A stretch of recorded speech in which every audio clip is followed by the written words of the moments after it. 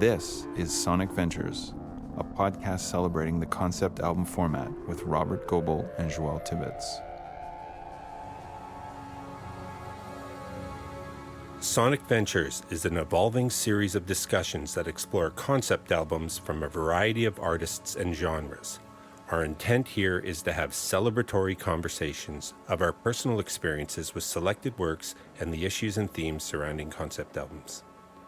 Sometimes, we will be treading familiar waters concerning music interpretation and creation.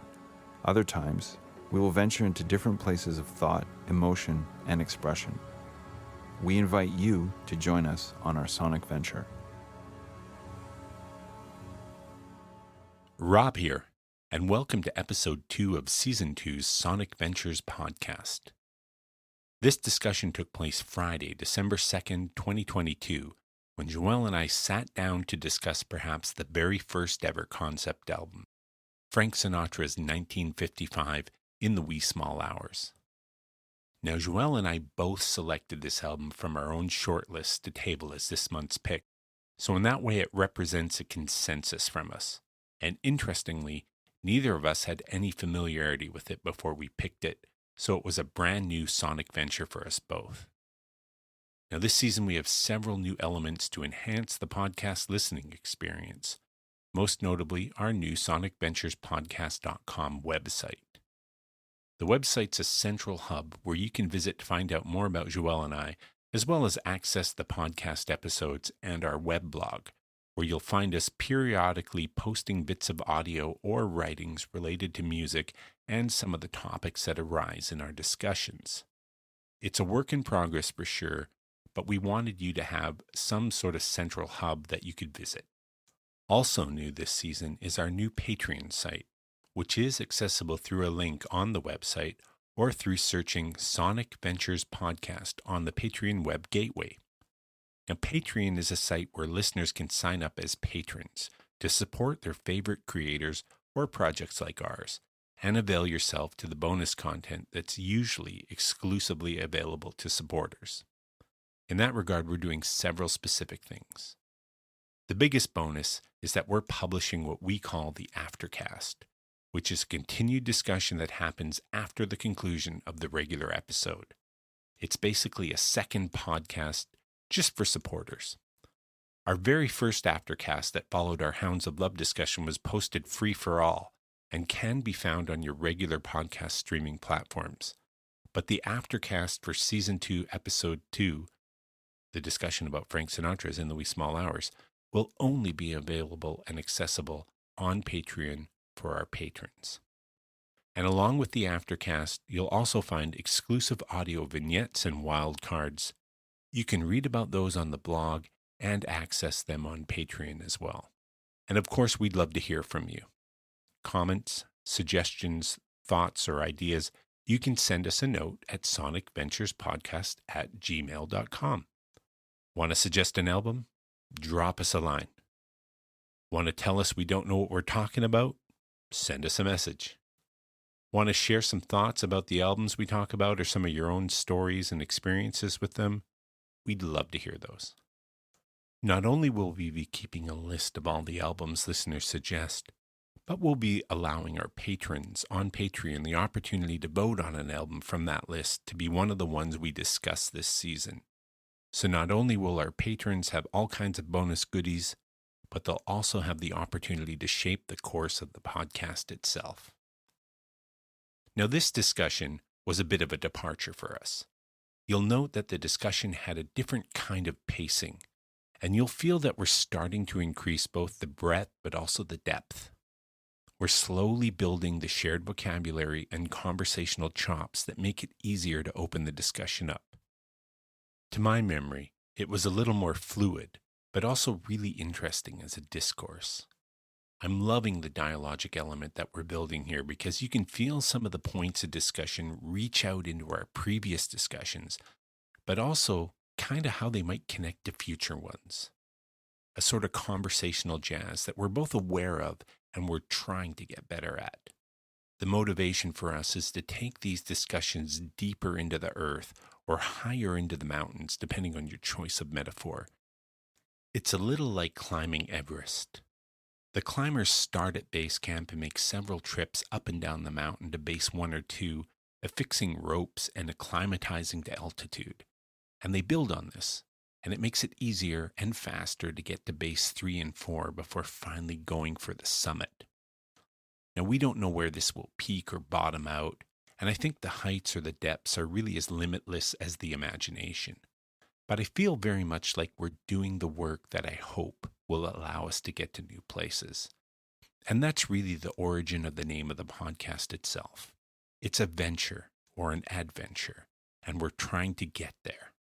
But we're just not quite sure where that where is, which is part of the excitement for both of us. And we're glad for you to come along with us too. So that said, here's Season 2, Episode 2, an episode we affectionately call the Sinatra Cast. Enjoy.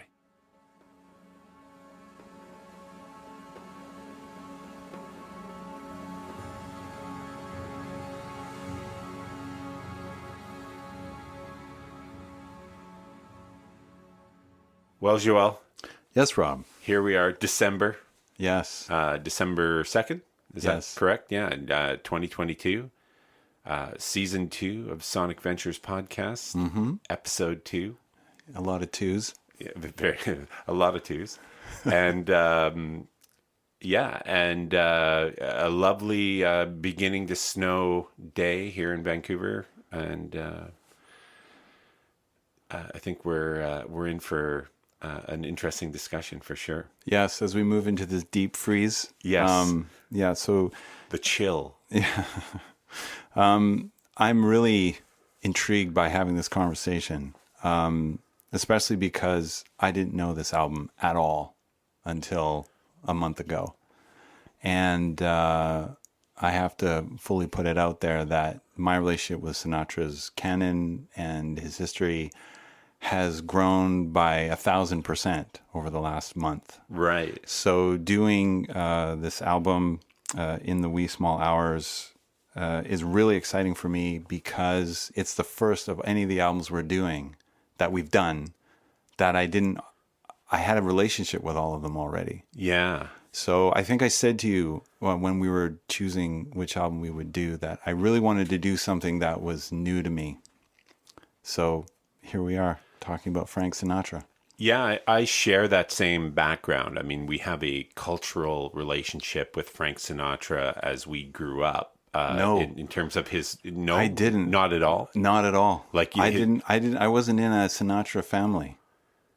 There was no Sinatra album in the record collection at all. You knew of Sinatra. I knew of Yeah. Sinatra, and I knew some of his work as I, studied music. But Yeah, not much. I think the point I was trying to make there was that Sinatra was more of a cultural phenomena for us growing up. Yeah, sure. Right. So our relationship with him was as this figurehead in culture and music, not specifically implying that we hadn't familiarity with his actual work. Right. Because like you, my parents had no Sinatra, although I did find an empty Sinatra album cover in the collection. Another mystery to solve. Wow. So no Sinatra, but certainly I remember Sinatra by reputation, through film, for sure. And television appearances through Larry King and I would interviews. say for me, a very narrow understanding, like a very narrow relationship with his history and his work up until a month ago. Yeah. So there's definitely the enigma or the cult of personality of Sinatra that I have a familiarity with. Right, and great phrase and great song by a great band. Little nod out to Vernon. Yes, it is a great song, Cult of Personality. Yeah, but really, Sinatra in the culture, speaking of cult of personality, he was right there in that that sort of 60s, late 50s zeitgeist when a lot of cult of personality figureheads loomed large. You've got Sinatra, you got Kennedy, you've got these sort of icons of that typify that whole idea. And I'm sure we still have it today. But I think it's less novel and more. Like, could you open that up a bit? What is the tone that you're alluding to with like that era, if you can kind of define it? I think that in that era, we had sort of the reach of media and sort of waves of cultural change shaped by some fairly dramatic world events, starting with the turn of the century into World War I, through the Great Depression, into World War II, that as sort of media sort of awoke into sort of a real, away from the kind of media that existed more right at the turn of the century, which was seemed to be more, I don't want to say fictional, but more carnival barky and more sensational and less sort of factual, or at least the appearance of factuality. That the sort of rise of personality figures, coupled with this sort of idea that we were closer to a truth through media, that we, I think culturally, a lot of these sort of figureheads were kind of birthed for us, both representatively as some sort of ideal, or representatively as some sort of truth. And I think that, of course, gets deconstructed and problematized as that period goes on. But I'm sort of speaking a little bit to that Camelot period of sort of early 60s, late 50s. There was something that held there a little longer before it kind of was deconstructed. Right. And it's interesting you're saying that, because I feel like listening to this album was something of a deconstruction, a partial, like a small deconstruction of that imagery for me, because I didn't know Sinatra at all like this album. Yeah. Sinatra for me was Vegas and a big boombastic band, and, the sky's the limit. And I remember I watched a couple documentaries on Sinatra to kind of quickly get to today. Okay. So that I would have some background. And there was a gentleman who was being interviewed about Sinatra in Vegas, and he said, if Vegas didn't exist, Sinatra would have built it. And when he said that, I thought, yeah, that is how I have viewed Sinatra, as this Vegas, God, really. And so everything that I also associate with the bright lights and the gambling and all of the culture and lifestyle there that I have, without ever having been there, which I want to make clear, was Sinatra for me. And when I started listening to this album, it completely upended all of that. That's interesting. It is really interesting. And I went to some places, not only with, as we're talking about these cultural tropes, but as a composer. Okay. I found some really interesting avenues into this with this album. Okay. But that was one of the big things. So I'm really glad that I know I kind of put you on the spot a little bit to kind of sum up the 50s and the 60s. Yeah, but so I wasn't quite ready for that. So if anyone actually is listening to that and they kind of go, yeah, no, he didn't nail it for me there, it's because, I was just winging that was, it. it wasn't my intention to actually pin you to it, but it's a nice intro in a sense, because in the brevity of what you gave, signifies the brevity of what I had. So after listening to this album, that has actually become much more nuanced and much more interesting to me in around Sinatra's life, but also, as I've heard him referred to by a number of people in some of my other research, his artistry. Right. So you and I almost started talking about this album a little while ago. Almost. When you made mention of how there's something about this album that you can't just listen to it. All the albums we've done, from Dark Side of the Moon right up to recently Kate Bush, I could think about tomorrow and know when I was going to listen to any of those albums. I'm on the train, I'm walking, I'm at home, I'm going to listen to whatever album. But with this album, it was like I had to find myself in the mood, in the moment, to listen to it. Very, very much so. Okay. This album was very elusive to me, and I really had to work to even accrue my listens because it was hard. It was hard to find the time and space where it was listenable. I found myself avoiding listening to this. You know? Now is that strictly because of what's in it? Because the other thing that I found was not only because of the subject matter and the consistency of it, but it was also because depending on where I was, I'm not going to hear the nuance of the recording.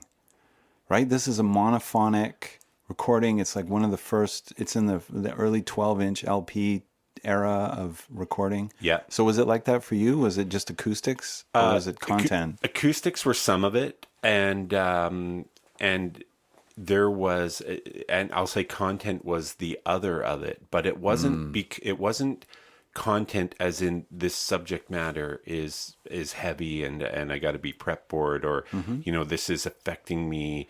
It wasn't like listening to Alice in Chains' "Dirt" or something, where I'll go down in that hole. I'm ready to go, and put it on, and it has a profound emotional effect on me, and you kind of got to be ready for it. Right.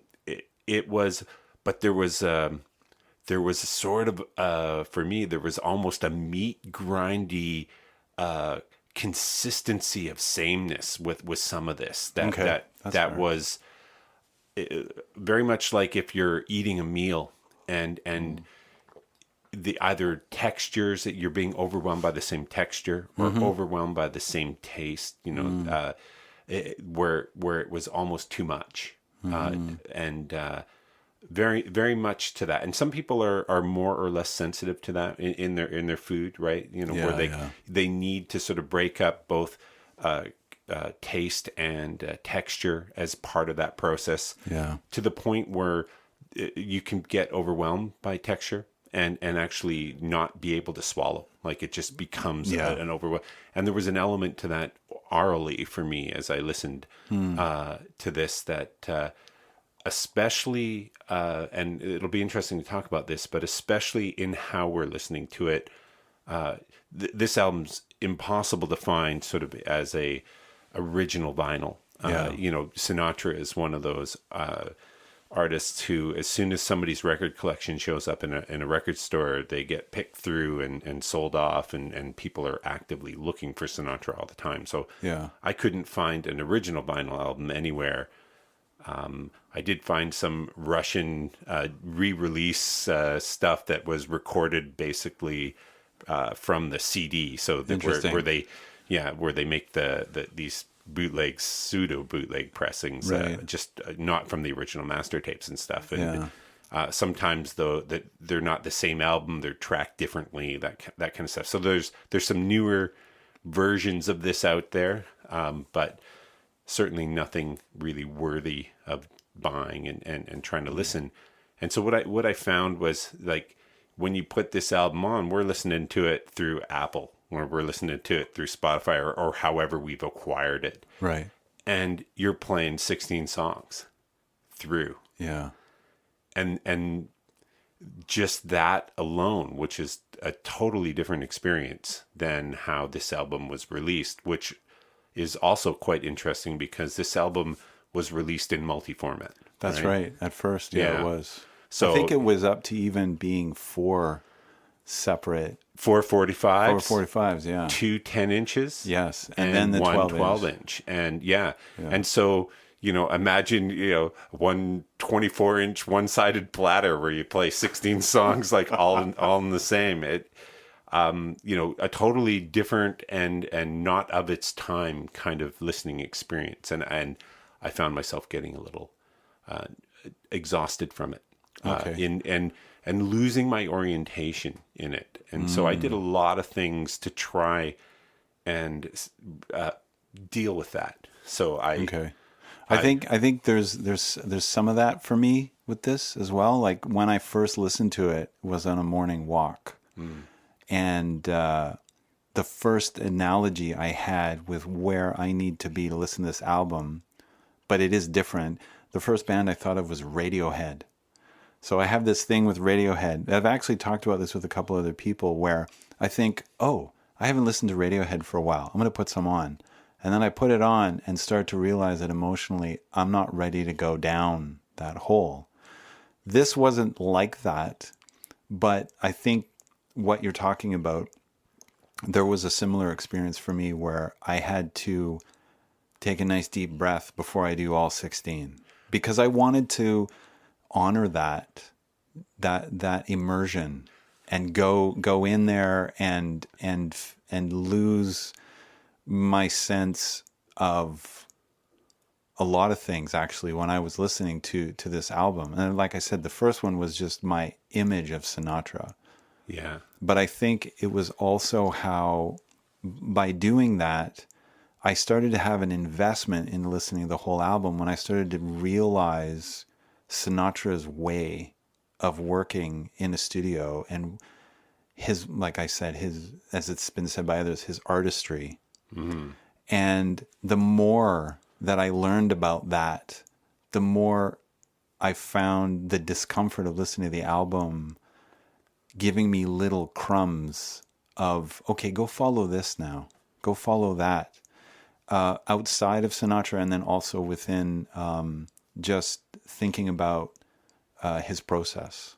Oh, that's interesting. Yeah, I love the Radiohead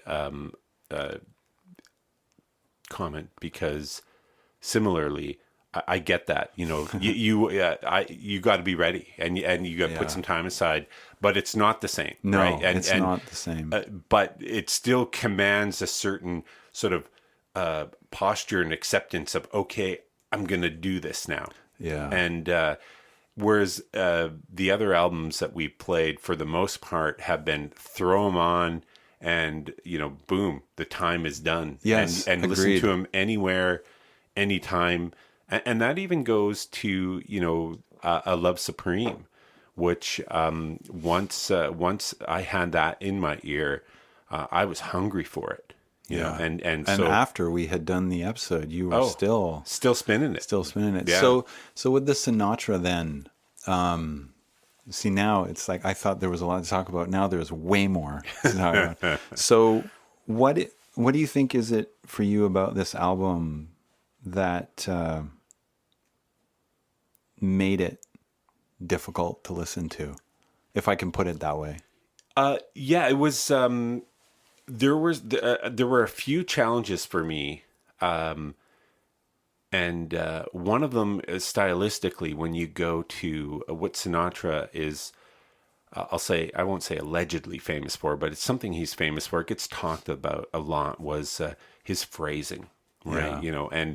And how he took liberties with phrasing as an artist. Yes. I'll use air quotes on that as well when I say as an artist, because I definitely think that there's the Frank Sinatra as an artist that is using and making choices with phrasing that can be very revealing and have a lot of artistic merit. And then I think it also becomes something in his trick bag that he does, right? That is less artistic to me and a little bit more obvious or a bit annoying. Okay. But where this applies to the difficulty for me is that some of that, as a literature guy, I'm aware of meter, Yes. and I'm aware of phrasing and the poetry of getting into phrases and how the rhythm of writing and speaking and playing with meter and changes and reveals the poetry Right. of a piece of work. Yeah. And there's times when Sinatra's phrasing seems to be eluding my ability to view it artistically in the moment. Or I say, I didn't see where that attempt or that manipulation of time that he does. So you're talking purely vocally or in the arrangements? Vocally right now, yeah. How sometimes it seems to me arbitrary, and I struggle to find we'll call it the artistic license of it, or the artistic sort of like what that point of revelation that I'm looking for in the poetry. And so my own ear, as I'm hearing the words delivered through the vocals, is equally as a reader of poetry, or as is trying to equally interpret the poetry of the song, right? And the poetry of the lyric. And I found the two in conflict. Okay. And so that made it harder made the work of listening to some of the Frank stuff more challenging.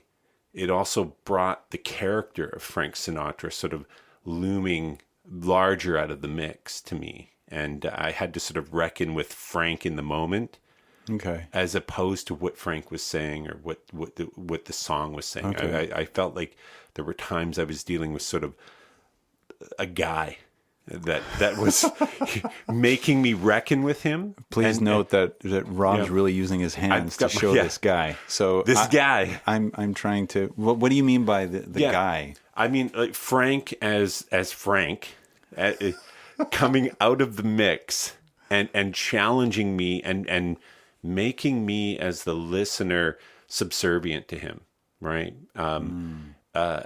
Making me have to reckon with his command and control of the phrasing, of the timing, of the meter. Yeah. So because when I was getting to know more of his work and his life and his career and all that, he brought, according to the things that I was looking at, he brought the vocalist to the forefront of the big band, the ensemble, and the way people couched it. Yeah. And so I'm not going to credit him with that exclusively, because there's a whole history. There's many histories of music where the vocalist is out front. So but you're right to identify, for sure. You're right to identify that in this era, something had happened, that the ascendancy of the vocalist to the front and the descendancy of the big band. Well, and then also I gather in that era that you talked about very briefly, he was the first pop icon. Like, he carved that possibility into the framework of the institution of American music at that time in such a way that this album, to me, changed my view of him a bit. So when he did this album, there's all the stories around his relationship with Eva Gardner, and the album is just laced with songs about bittersweetness of love and heartbreak and that. But he was also losing his pop young star status. Right? The Bobby Soxers were starting to kind of wane with what he was doing, and he hit this low period, which is how it's historically put, and made this album. And I'm with you on his vocalizing in terms of that was the reason earlier in my life I just didn't need to listen to Sinatra was because I know what he's going to do. Right. But what I didn't know is that no one else had been doing it before him the way he did it. But the way part includes everything else. It's like us talking about the Beatles. You can't extricate the music from everything else that was happening. And I've seen interviews with George Harrison talking about how he never practiced. Every time he picked up a guitar was to write a song. And I can see many people who are songwriters just want to pull their hair out when they hear something like that, right? Because it defies most of what is considered to be the mechanical logic of being a musician and making music. So what I ended up focusing on with this album was everything else but his voice. I spent some time with it because I do have to say that his register differentiation is quite remarkable. His lows, his mids, and his highs have this, they have their own little realms, and he uses them. I think one thing that I got from what you're saying is that he understood by this time what happens to the audience when I do this. Hence, build Vegas, because that's what Vegas is for. It's to have an audience, really, in some respects. But what I focused on was the arrangements, and it took me into his love of symphonic music. And I actually spent the most time with my own journey of this album with that in mind. Was the symphonic piece, was the fact that how he would be in the studio and he would move musicians around in the room because he had a sense of what he wanted it to sound like, and how he focused on a certain type of symphonic music, which was Impressionism, so Debussy and Ravel. But what I didn't know was that he's especially was drawn to was Vaughan Williams. Okay. So I spent some time listening to Vaughan Williams because I think what I wanted to do was not keep having the same experience you just described for myself, where when I listen to this, I don't want to struggle with the journey. How can I ride this journey? Yeah. Because the other thing for me that was a challenge was just also the views of love being expressed, and coming off talking about Kate Bush's Hounds of Love, this album coming right after it is just ripe with, you could do comparative analysis of viewing love and what love's about. And we touched a bit on it in the last one. So for me, apart from just the vocal style, there was also, there was some of the actual lyrics that were, for me, that's not my vision of love. That's not how I would characterize these things. So I had to allow myself to see that in myself and then just let it come along for the ride, but not steer it. Yeah. But that also led me into listening to the arrangements by Nelson Riddle. Yeah. Now Riddle is quite phenomenal as an arranger. Right? He is, but I also found that some of the same kind of word associations with characterizing love that didn't work for me, I would find them sometimes in the arrangements. Right? They were, for lack of a better word, they felt a little contrived for me. Mm-hmm. They were over the top. They were of an era that doesn't resonate with me. There's a few very specific moments on some songs where the over the top arrangement is particularly with the symphonic stuff, with the orchestral stuff. There's a few big orchestral moments. But before we go further, I wanted to talk about the symphonic piece. Okay. Because I found myself really feeling for Sinatra. Okay. Because I felt like as I was learning about him and then hearing what he was doing and how he wanted to have creative control and financial control, which is I always seem to see that paired together when I was reading stuff about him, was that I really felt like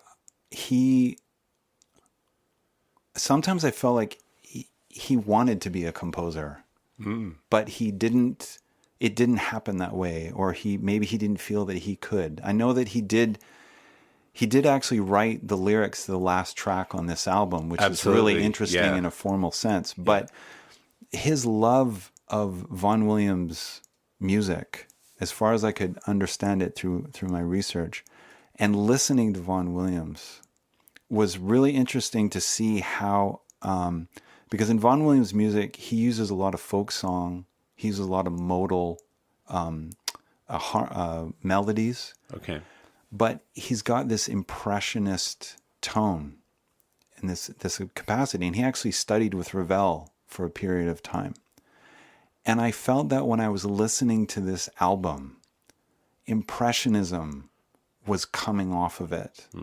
And it made me think about, and I'm still thinking about it, so this is certainly not a declaration, that there's a seeking on this album to characterize feelings that Sinatra was experiencing and going through, that I feel like happens in Impressionist music.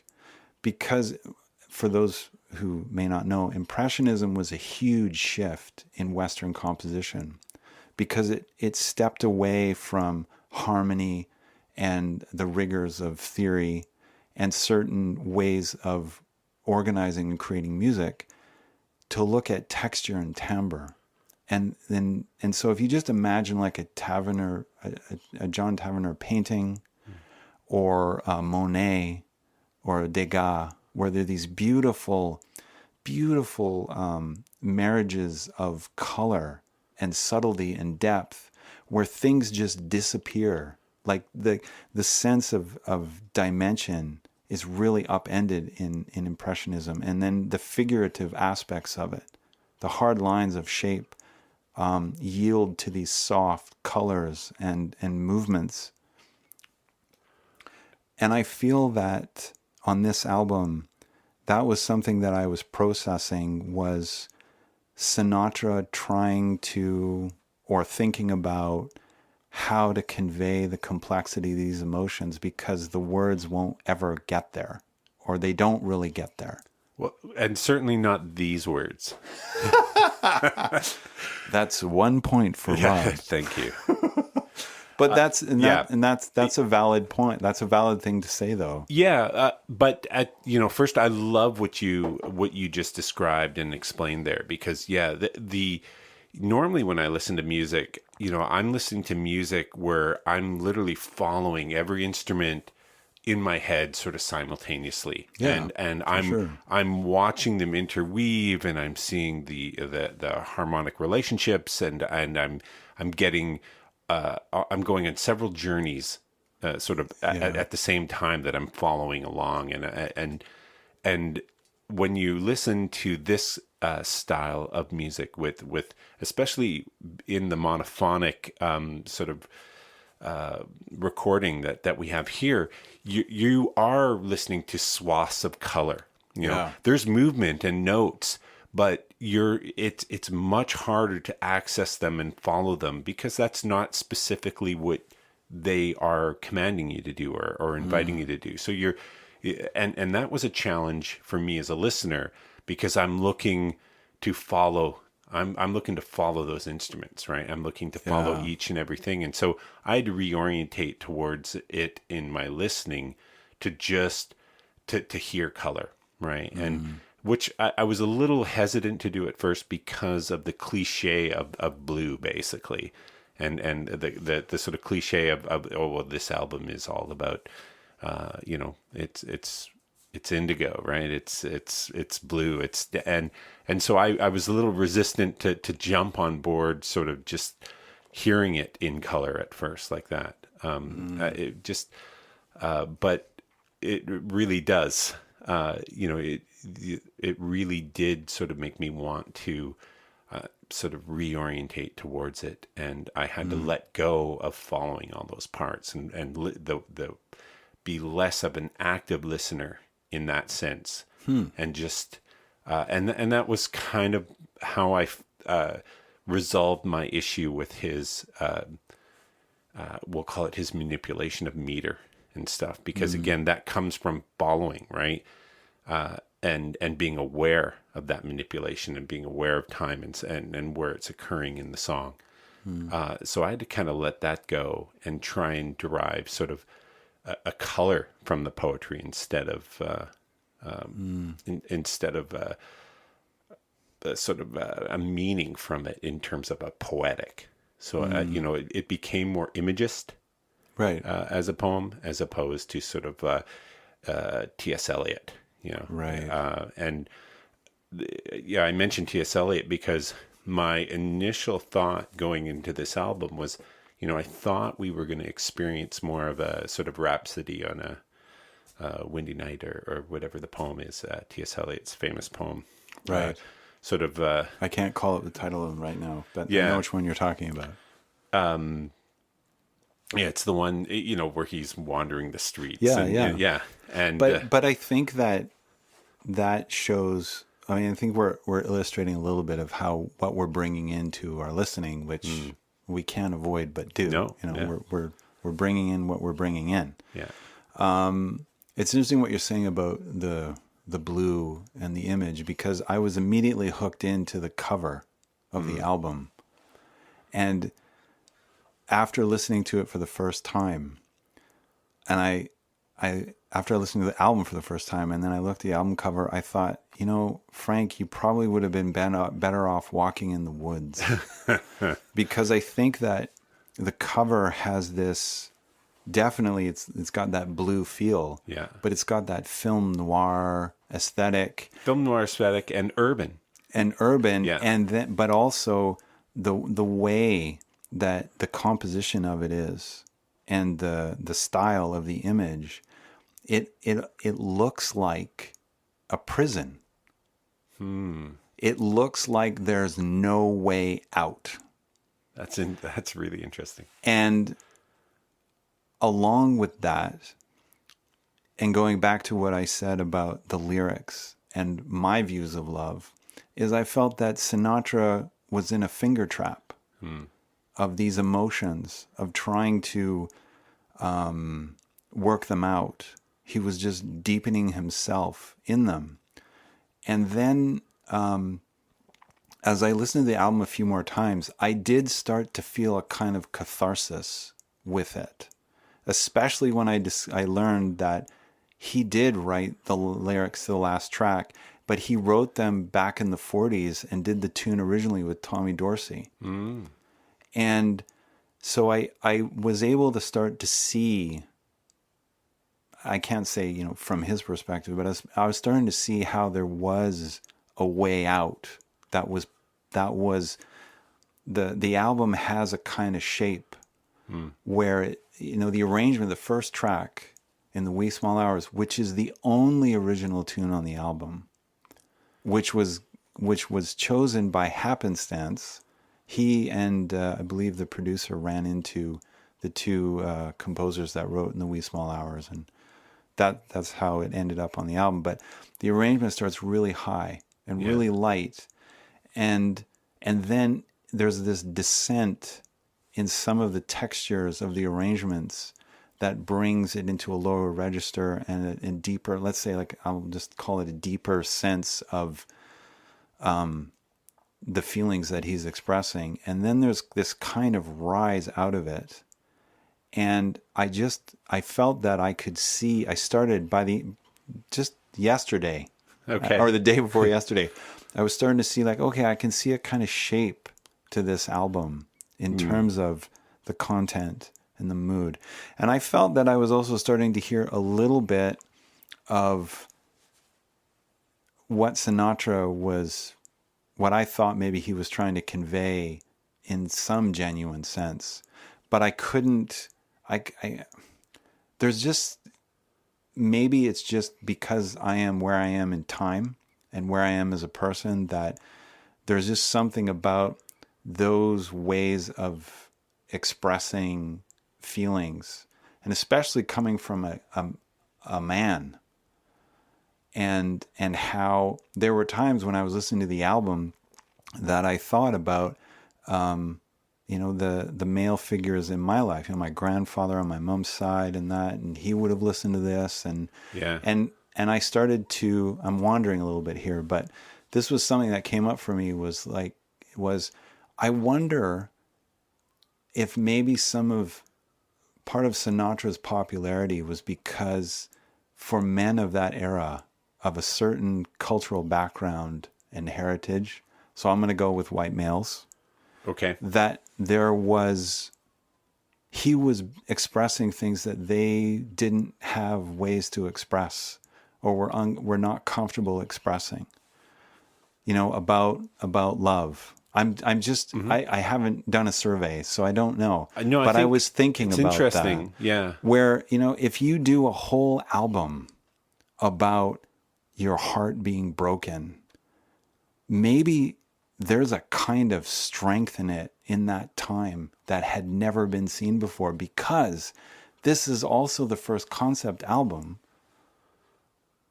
and he forced the label's hand to follow through on it, and they thought it was going to be too dark. Yeah. They didn't think it was going to do well, but it stayed at number 2 for 18 or 16 weeks. Yeah, it was very, very popular. And maybe we should just underline that point again, because Which one? The one where you said this is the very first concept album, because arguably it is. Right.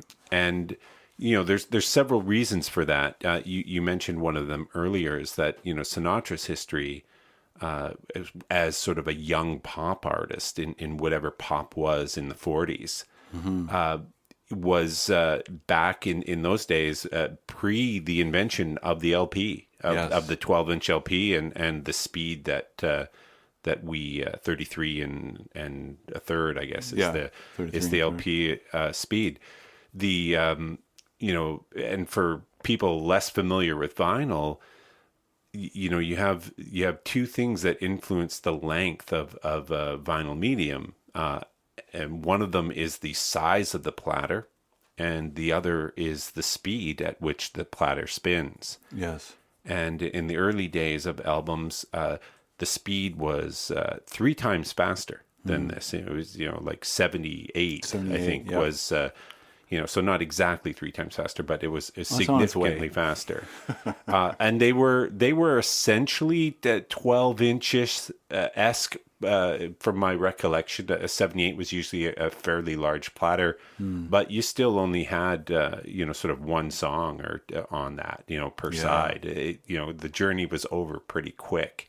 Yes. And then they moved to 45s. And 45's much smaller discs, slower speed, so you could still get the same music from a 78 onto a 45, basically, but you were still limited by how much wide the platter was, the circumference and diameter of that. So then you had like a lot of things, exploring the different media and different storage formats and expanding things, and they tried 10-inch albums, and they tried several different technologies to bring more durable albums. The original 78s were very prone to breaking, and they were viewed, they were so new that just as we are in the the commodification of this, the society we have that commodifies, and the newest, most innovative things at the time was this process of making albums. Yeah. And Sinatra, as far as I could gain insight into this, he was all on top of that. He was always looking to that. And you talked about underlining that this is a first concept album. I also believe that it's his view of the symphonic form that made this possible, because most symphonies are about 45 minutes long. Yeah. There are four movements, and so he apparently was thinking about doing a concept album for a while. Why would you think about that if the technology isn't already there? You're thinking ahead of the curve, but what has influenced that? Symphonic form. Right. And Is thinking about this immersive journey that these composers have created time and time again, that perhaps, this is my speculation, Sinatra could see not only the value of taking people on longer journeys in terms of maybe conveying more, but it's also how you hold attention, and you can sell tickets, and you can build an industry out of yourself when you're thinking on those multiple levels, right? Because when you are thinking compositionally, you're thinking about a lot of pragmatic elements, right? The cellos can only play these many notes. Piano can only play these many notes. How many percussionists can I get for this performance? You have to always think very, very pragmatically, whether it's recorded or live. And a lot of my journey when I was in school as a composer was learning about how to balance what was coming up in my mind with what acoustics and nature would provide. Right. Because still to this day, there's things that I've conceived of compositionally that I've just written down with words, because I can't there's no instrument for them. So in the same respect, I mean, that's off the charts a little bit, but with Sinatra, I think that I wonder how much he was drawing from his knowledge and his experience with symphonic music on those levels of not only just the art and the music, but the pragmatics of it. I want to bring us back to two things that you said there. I think tie in really nicely to some past discussions we've had. Okay. There's an irony that the symphonic form, as sort of one of the prime Western music forms that conferred sort of like we'll call it high class music. Yeah. It existed and was sort of consumed and desired by people and seen that way when the technology, even with recorded music and selling records, with the 78s, you would have to have like 10 or 12 of them to be able to have a symphony, and you'd be changing the symphony. So it's like, this is one of the most revered music forms in the early days of this medium, was not able to be heard representatively in the way that it was composed and the way people consumed it live. So there was always an immediate hunger for we'll call it the format, to catch up to it. People got it a bit on broadcast, which is why the broadcast medium, early radio days, featured lots of live performances. And because they could just turn the mics on and start broadcasting. Just as an aside, one of my favorite things to listen to as a kid was the old radio plays. And part of the reason was because I was so amazed that it was live. Right. They were doing it all right there. On the floor. Yeah. Off the floor. Or on the floor. So I think of Sinatra, and the evolution of the medium towards finally 12-inch LPs, as he wasn't the only one that was hungering for that, but no, you're right, certainly about that. informed. I think it very much informed by it. And then it made me think, when you were speaking there, of our conversation about Pete Townsend, right? And in the rock opera. Yes. And one of the things that you're really going to have to arouse my memory on that one. Well, it's one of the things that that was driving Pete Townsend to compose and create Tommy, was this quest to be seen as legitimate this sort of Right, pursuit yes. of legitimacy through this, opera form, which we Yeah. called the full meal deal of the. No, you called it the full meal deal. But you could add the symphony without the characters, But Sinatra, when you were speaking about what Sinatra was longing for and what he was trying to get away from was that sort of consumable music, like as in throwaway pop, buy sell the single.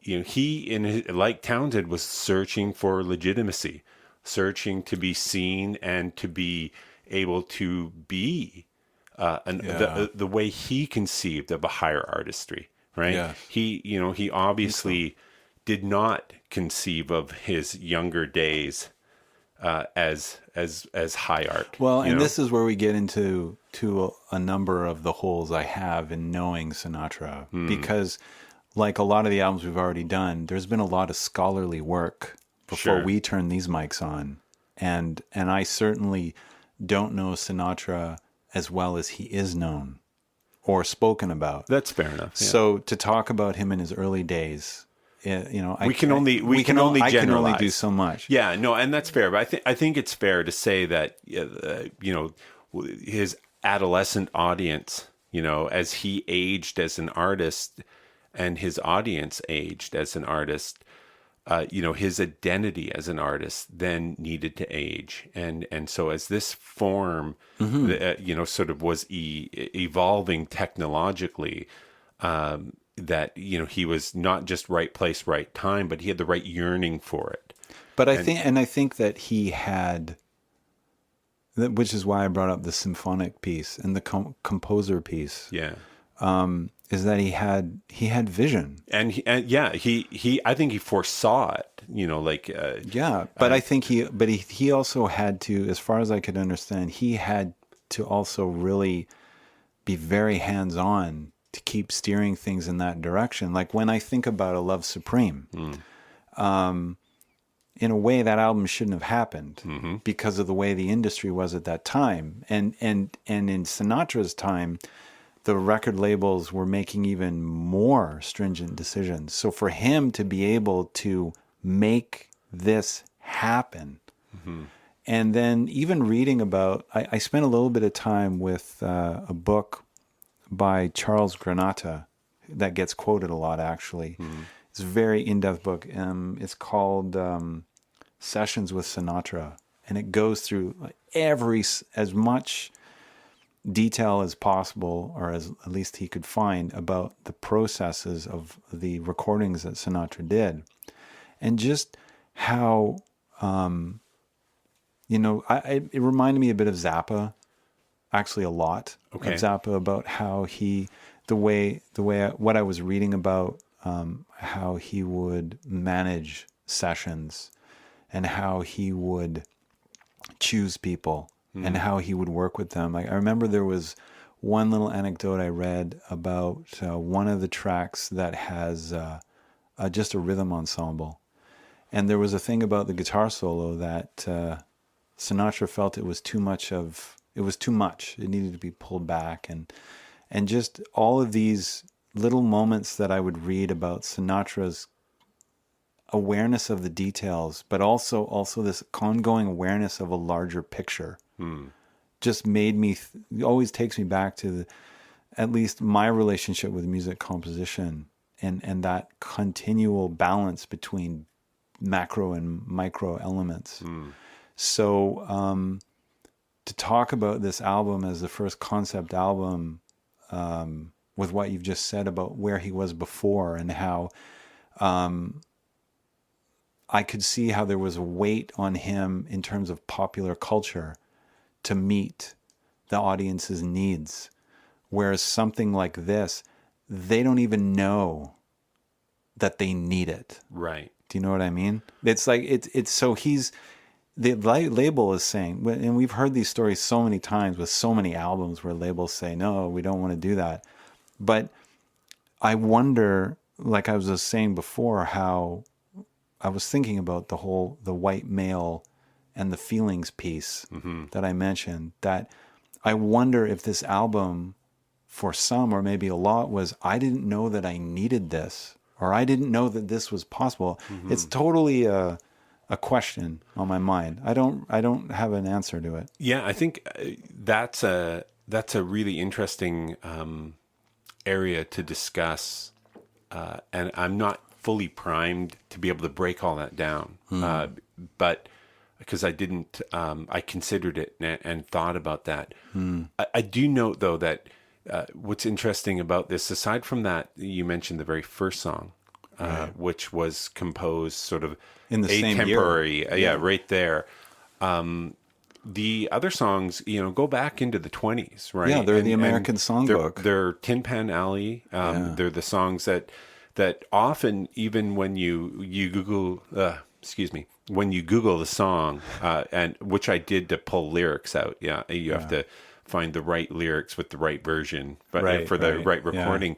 They'll often mention, notable covers or notable performances. And Sinatra's not the first on a lot of these songs. He's not like the first or most notable recording of them. Yeah. So it's interesting. These were a collection that he dug through we'll call it the songbook and collected these sort of in a general idea over a period of time. And so it's not that what was sung about and it was not already in existence for 20 years. So these aren't like brand new compositions where he's dealing with certain subject in a certain way, but packaged in this way. Yeah, that's exactly what I'm getting at. You're going to go through this. There's a difference. I appreciate you saying that because there's a difference between I'm going to listen to one of these songs versus all 16. Right. And that was really what I was getting at. Yeah. So you're right. I mean, that's the other thing about this album that's amazing. It's the first concept album, but all the other albums we've done up until now have been all original material. Right. This one is not. No. And apart from that first track, In the Wee Small Hours, you're right. They're all from these other artists. Other artists, and interesting enough as well, just to add, most of them, like a majority of them, came from musicals. Yes. Right. So they weren't just songs. They were Tin Pan Alley songs. They came from musicals that were part of other stories. And I don't know if this was. I don't think it was intentional, but one other thing that came to me about it being a collection of songs from the Great American Songbook is that it, how can I put this? It makes the process of this album give it a larger community. So wherein you got Dark Side of the Moon, Pink Floyd stands on its own. Right. You've got Freak Out, Mothers of Invention stands on its own. Love Supreme stands on its own. All these albums we've done so far have this legacy of, I'll call it a singularity. But this album feels more like a sociological nexus. Nice phrase. Thank you. Yeah.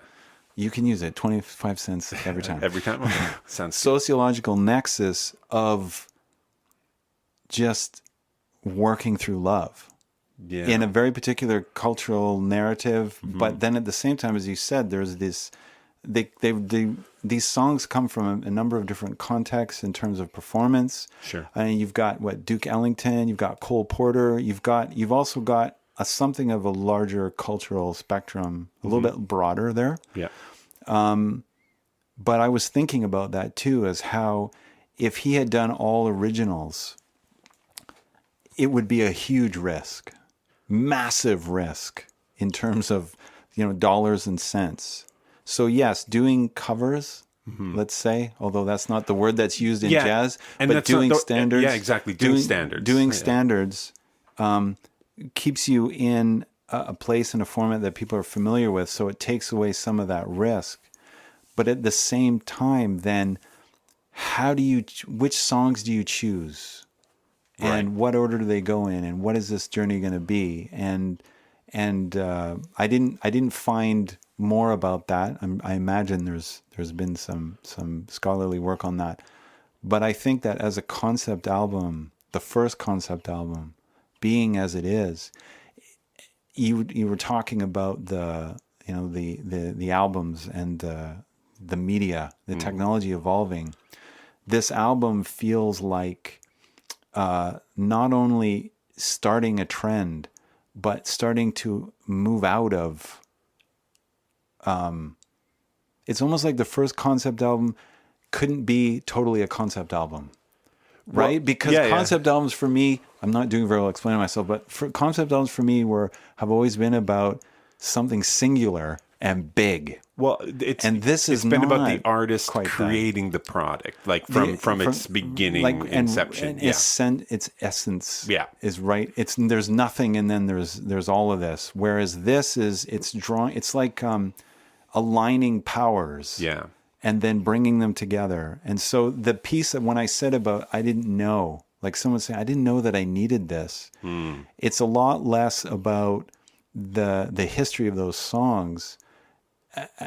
And it's more about, I'm going to stay in this emotional, impressionist, or however you want to characterize it. But for me, I felt that the mood just doesn't relinquish. Sure. Even though he's got a variety of instrumentation, like even when he goes to those rhythm sections, which were really interesting to hear his voice like that, because I didn't have that in my memory. It was always big band, orchestra, symphony even, but never these small ensembles. So there was, I feel when I was listening to it, there was a crafting around, I'm going to keep you here.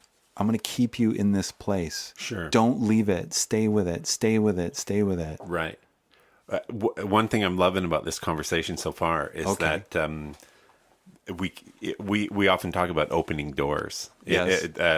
And as we converse through things, because these again are unscripted, unoutlined conversations. Joël and I have just listened to this album however many times over the past 5-6 weeks or 4 weeks, whatever the duration of time passes from when we selected it.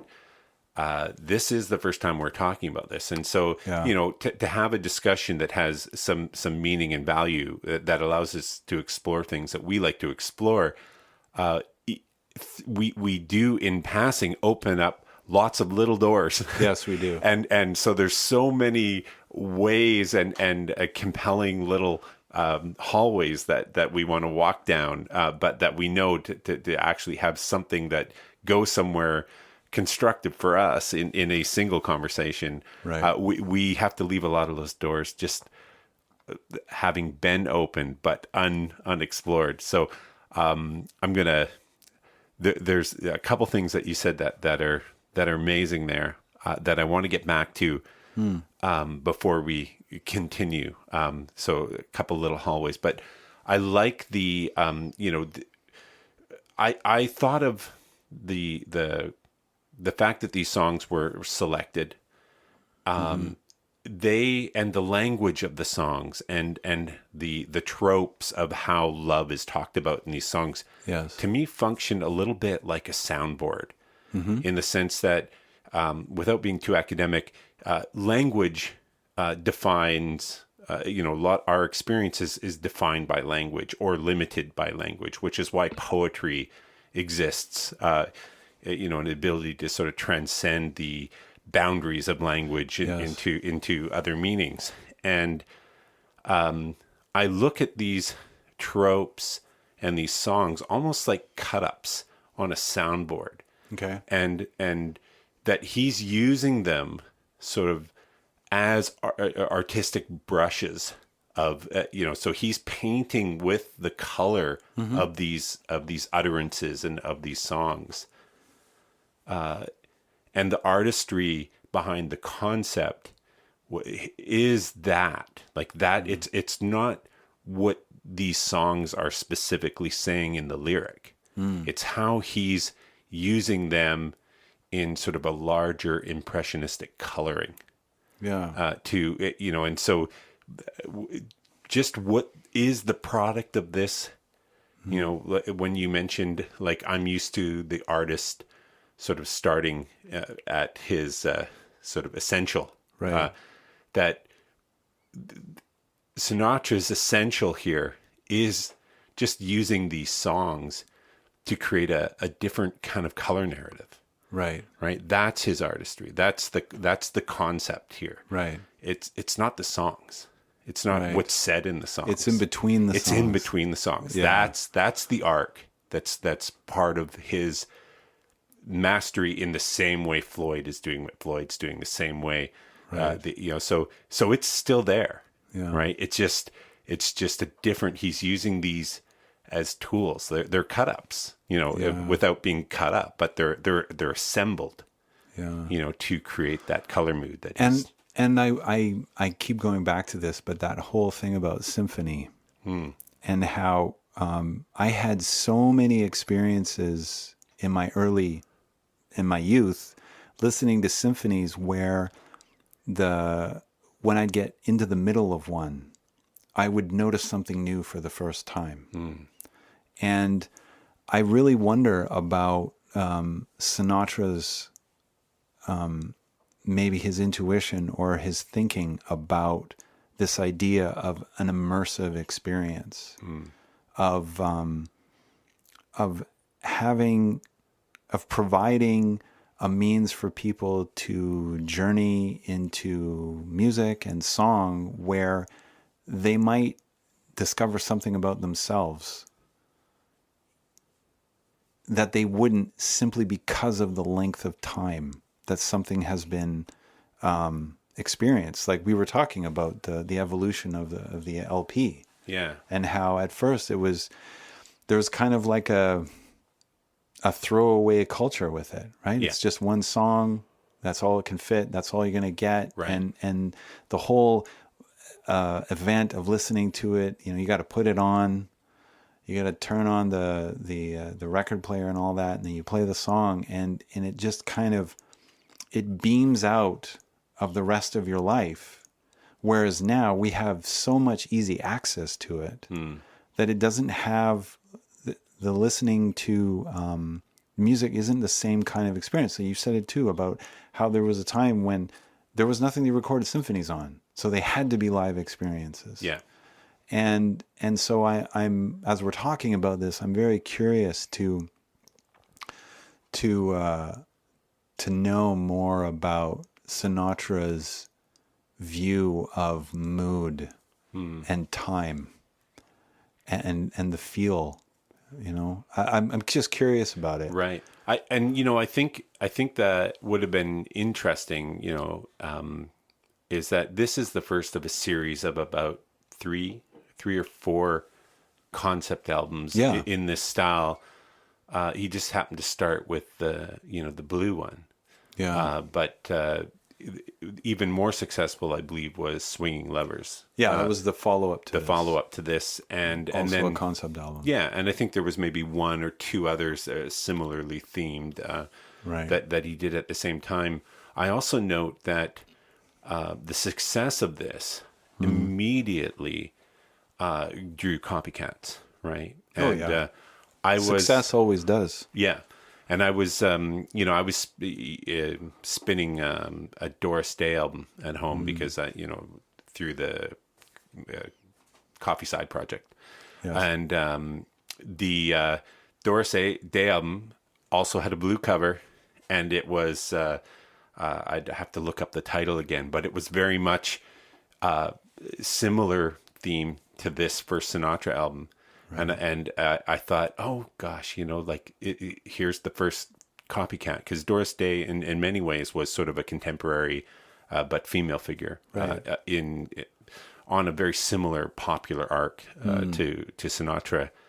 And then, of course, while I was streaming this, after the album streamed, they started playing a Doris Day song from basically her album that also copied Swinging Lovers. And it's like, oh, right, here it is, and so a little digging, and you can see, oh yeah, here's where some major copycat action happened. Right. And Well, you if you stay at number 2 for months, yeah, it's going to turn heads. And then there's a zeitgeist, Right. There's a momentum with that.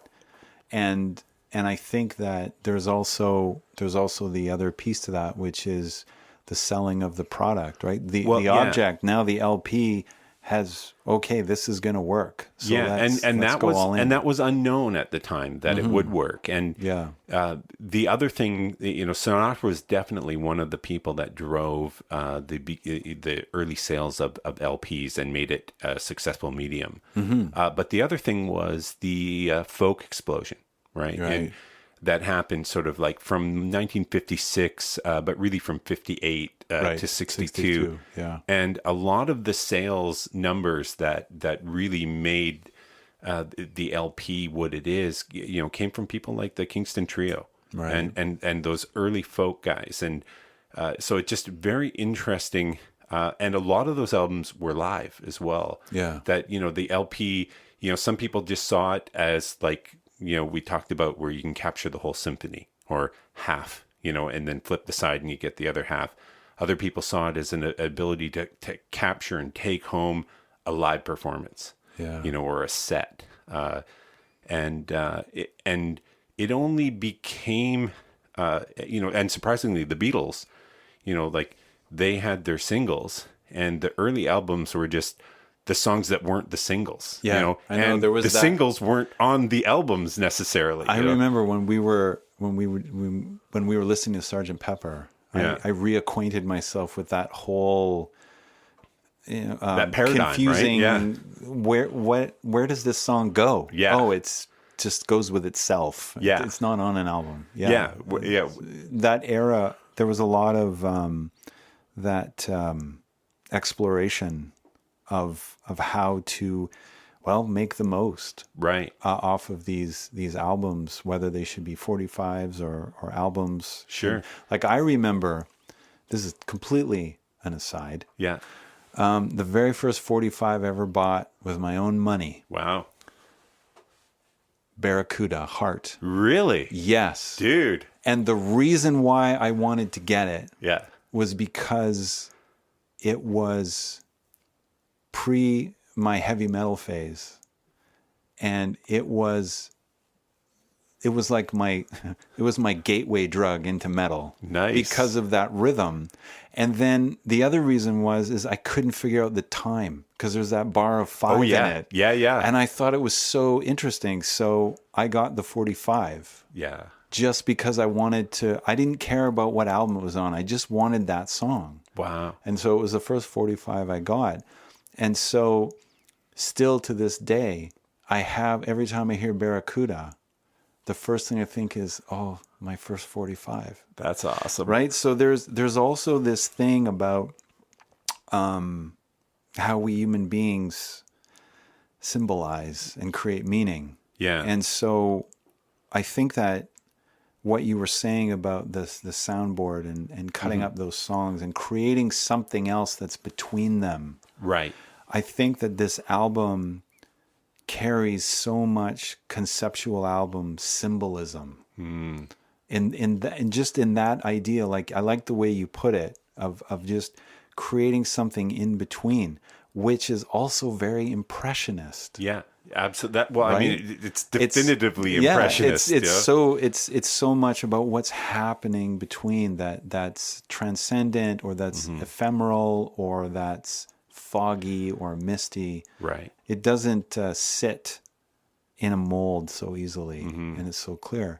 And so the reason why I brought up the heart thing is just that I could see how, we've talked about it, and I'm sure we're going to talk about it more as the sirens go on in the background, about how there's a ritual and there's a physiological process of listening to albums, Right.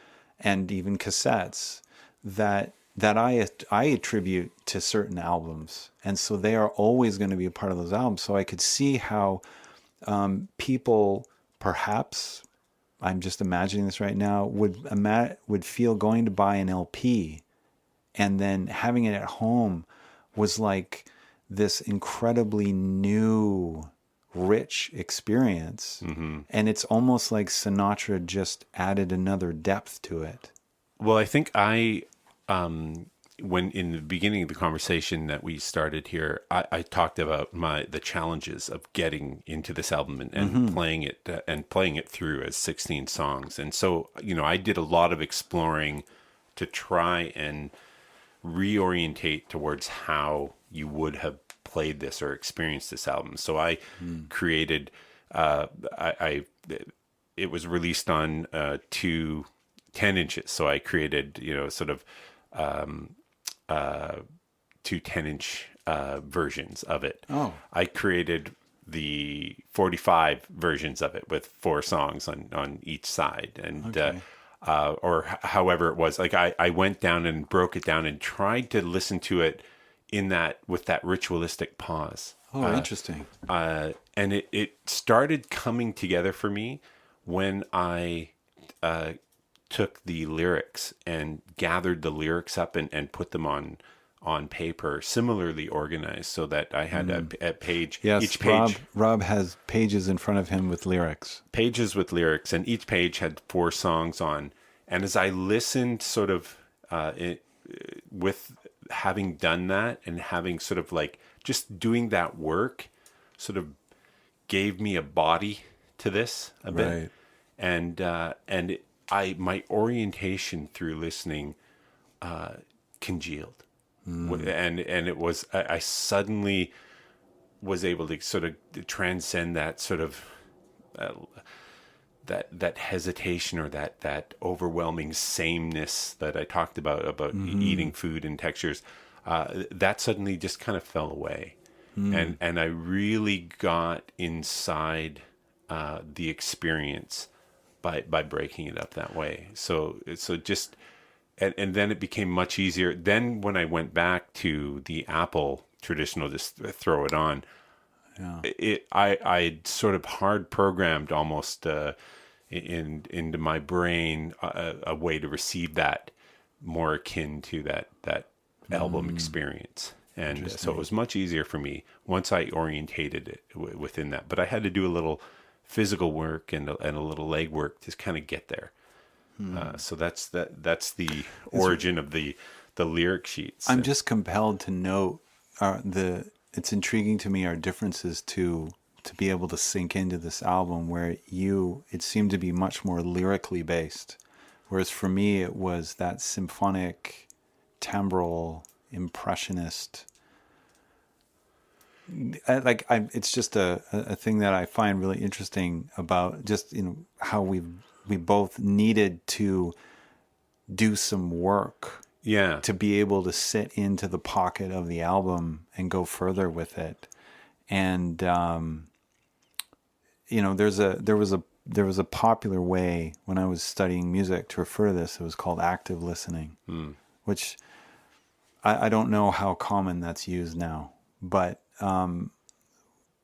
there has been a number of pieces of music or albums that I've had to do similar things where I have to invest in the investment before I can actually do the journey. Right. Or I did the journey and I could tell that I was resisting. I could tell that I wasn't taking it in more than I could. And I'm really curious about that, about myself right now with,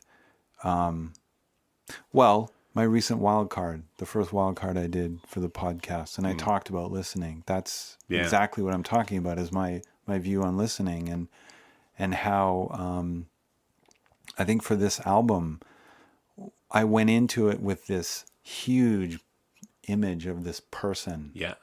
And I went into it with, of course, my own biases around that.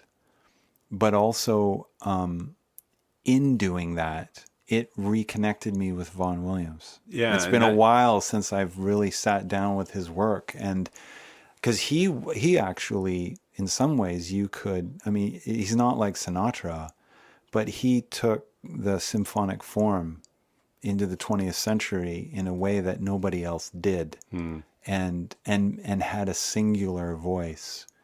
And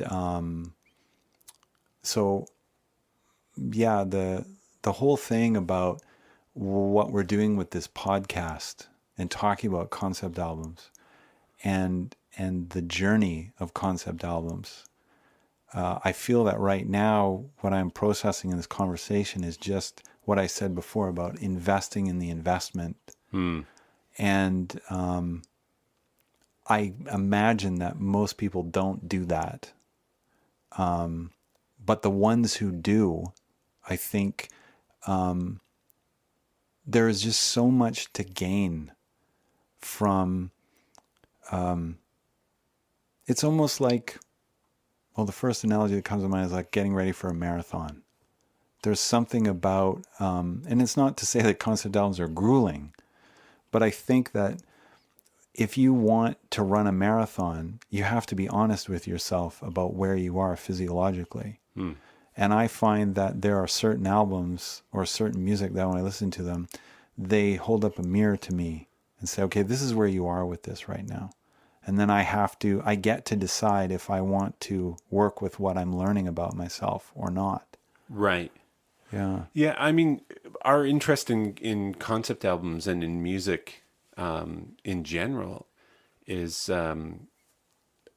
that we're saying with concept albums that these are things to be not just to be consumed, but to be reckoned with, to be engaged by, to explore. They exist as a thing. And if you're curious about music or you're curious about art, here's a thing that is there for you to explore and you to spend your time with. And there is a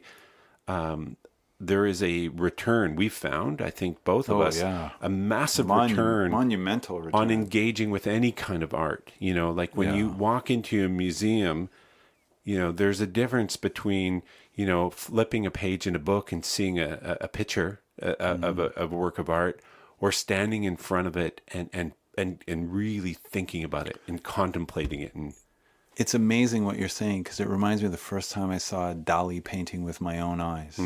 And the first thought I had was, I have no idea what I've been looking at. It blew my mind. Yeah. Right there. Right. Yeah. But you're right. The returns. Yeah. They are of experiencing. I mean, we're using a very global term like art. But I find what the returns are is they come in multiple arcs. Like I'm still having amazing revelations from every conversation we've had. Sure. And sometimes it's in the union of conversations, right? I think about Dark Side of the Moon and Love Supreme. I had amazing insights just putting those two conversations together in my mind. Yeah. But with this album, I feel like I've learned, of course, more about Sinatra, and I've learned some more. I've reconnected with Vaughan Williams, but I think the other piece about it is that I've learned some things about myself, and one of those things is that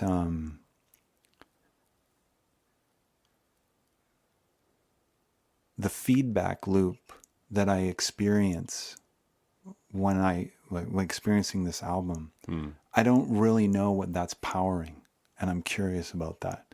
So there was I can't remember what episode it was. I did the introduction for it, and I talked about how I was feeling that this process of doing this podcast is influencing me as a composer, but I have no idea what it is yet. Right. And I still don't know what it is. But I feel like I'm accumulating. It's like gaining mass. Yeah. And one day it's going to reveal itself to me. And I think that when we do these, as you said before, when we do these conversations and we haven't talked about them, we come in with a mass, right? We accumulate. Yeah. And then we come in here and then we both can't fit both of them in the room. Right. Because, we're going to do an aftercast and we're going to touch on more stuff about this and our experience and maybe some other things. But there is something to be said for just, like I said with that marathon, that you cultivate the ability to do the marathon, but it's not until you're doing the marathon that you actually see what you've done. Right. And I think that going through this album a number of times has certainly given me a number of things to reflect on in terms of my work as a composer. That's really interesting to me. And in particular, I have one question in that regard, and also in relationship to the arrangements. And my understanding is there were 4 or 5 different sessions that were part of the recording of these songs for the album. That's what I found too. I believe so. And I read so much, though. Some of it's a jumble, so don't quote me on that. There's definitely times I can hear either a different room sound, especially in the vocal, possibly a different mic or a different setup, or definitely a different day, where the timbre of the voice is quite different. Yeah. And not just through intent, but just that's just the way it was captured. But there's also some smaller ensemble arrangements, the rhythm section stuff. And is there anything that really stood out for you? Did you privilege one over the other in terms of the actual arrangements and the orchestration of the players? That's a really interesting question because, first of all, whenever I remember that this was all done live, immediately, the musicians, high degree of respect, because in multiple takes, and if you get it wrong, we got to do it again. Right. There's no overdubs to be done. Yeah. And so that is one of the things for me. But in terms of the arrangements, one of the things that really stood out for me was actually the drumming choices, and the restraint and control that's required to hold the drumming for these kinds of tunes. And as I drum myself, so when I get behind a kit, there's a feel, and that's what I want to play. And and so that's probably why I never became a session player. But for one reason, but the drumming, because it's so non-evident, it really sits at the back. And the other thing that I was really impressed by was the tuning. And I know that there's a number of accrediting of that to Sinatra himself. So I fully admit that I don't know if that is, how accurate that is. But I was really impressed by the tuning of the instruments and the control, like the control of to hold those moods. And then there was some amazing, even though they were not appropriate in my mind, like they kind of dilute the arrangement a bit, amazing syncopations, like a sectional syncopation. I can't remember which tune it is, but it's got that slow tempo, and then all of a sudden they go into a triple, and they just carry that for about 4 bars against everything else being really slow and weighted. Playing slow tempos is the hardest. Yeah. And holding a slow tempo with this kind of mood as an ensemble has also got its particular requirements. And so that did stand out for me. And I think that there were orchestration choices that I liked when it came to some of the colorings, but I didn't list them out. Right. But overall, I would say the drumming, even though it's really not about that in the album, drumming is not a thing in the front.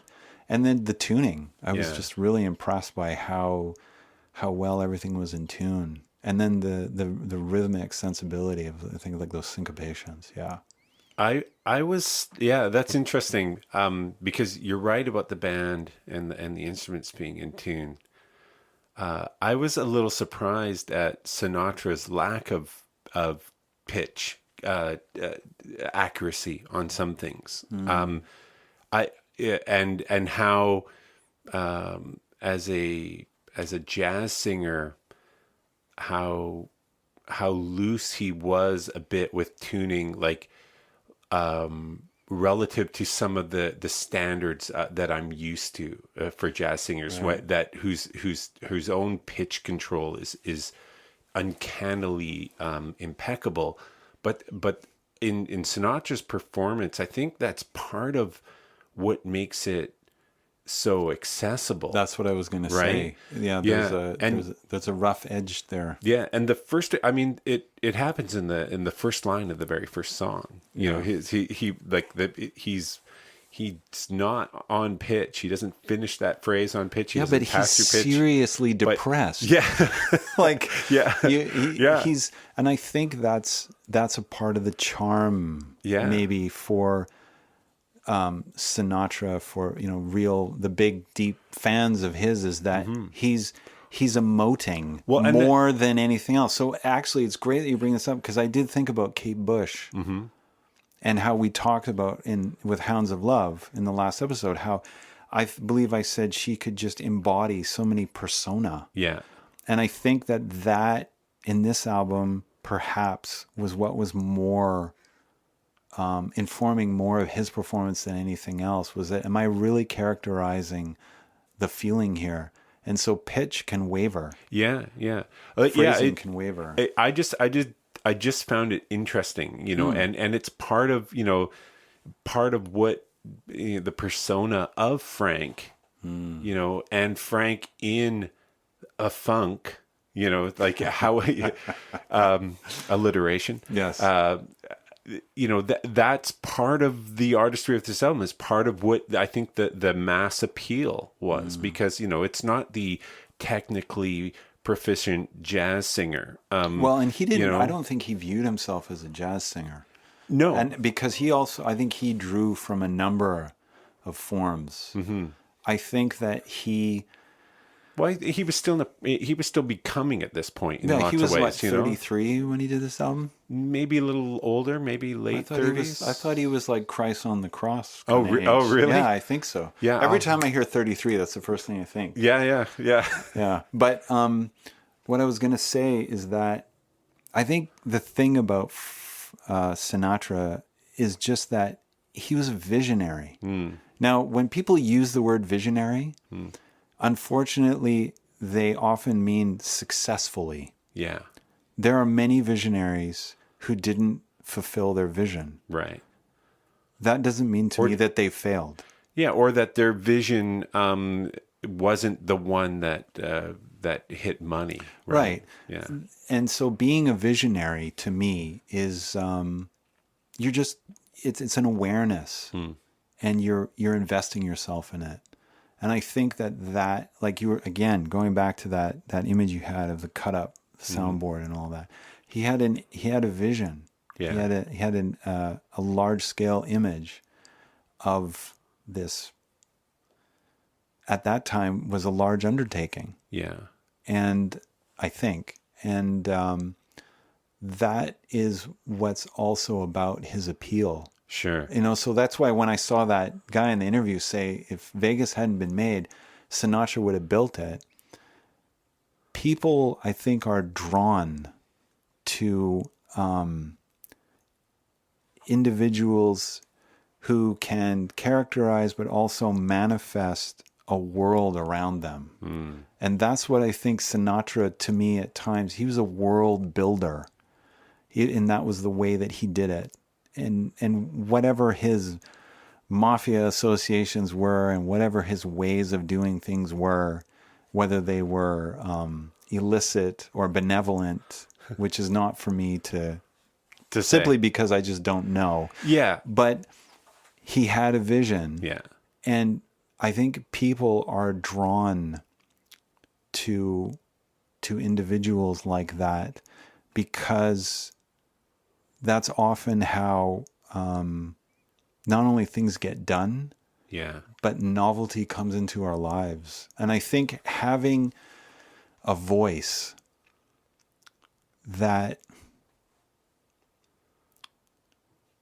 there's a weight that I think vocalists bear that other instruments, other musicians do not bear. Well, there's a nakedness. Yes. That Yeah. and every time I've ever played with a vocalist, Yeah. I'm always, it doesn't matter what the music is, doesn't matter what the tune is I am doing my best to be aware and supportive of their whole body.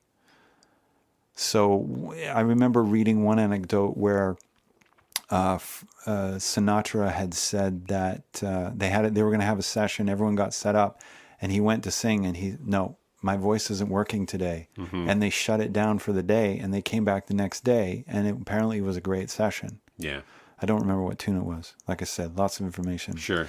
But there's something about having that vulnerability and that expressed solitude of a voice that carries vision, that carries worlds or a world. There's something really, I think, magical and captivating about that for people. Yeah. And I know that, again, this is an aside, what really spurred me on in my creative life was reading epic stories. Because there was this continual macro, micro, Lord of the Rings, Dune, Yeah. C.S. Lewis's Chronicles of Narnia, and it just goes on, and where I was always entranced. No, not entranced. I was always engaged, but I also think something inside me was being called to. Okay. By the very sheer form of large scale. Yeah.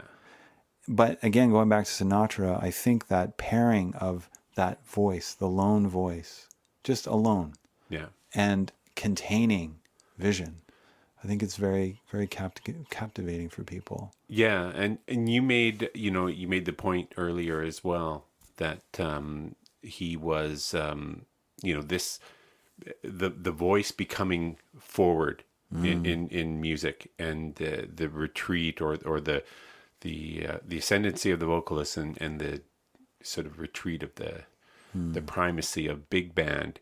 His voice is loud in the mix. Like he's mixed loud. Yeah, he's right up front. Yeah, and he's in your living room in a way that he wouldn't have been before. That for a duration of time as the album played. So there's a lot of things happening with this. And the tech at the time, no bass. Hardly any bass. Right. I still have memory of that moment when we crossed over into serious low frequencies, and how, the 80s, everything was much higher in MIDI. Yeah. Not MIDI as in music interface. Yeah. But as in, mid-range. Right. And you're right. You Frank Sinatra's in your living room. Yeah. I can see the commercials. Right. I can see the ads in the magazines. Yeah, but in a way that was different than when you bought a 45 and he was in your living room for a brief moment, or he was on the radio for a moment. Like, you just put this on and step back. You put this on and step back. Yeah. It wasn't, and I think that the intimacy of that, combined with the subject matter, and it just created an opportunity for something that hadn't been done before for a listener as well. And this just came to me right now. Just the idea that the individual who has access to that tech, so let's make that clear, right, can choose when they want to listen to Sinatra. Right. Because that was a huge shift in Europe with Western music, was when it became much more accessible to a larger, wider public. That's when you got the salons happening. Right. People were doing more stuff in their homes. It's very empowering.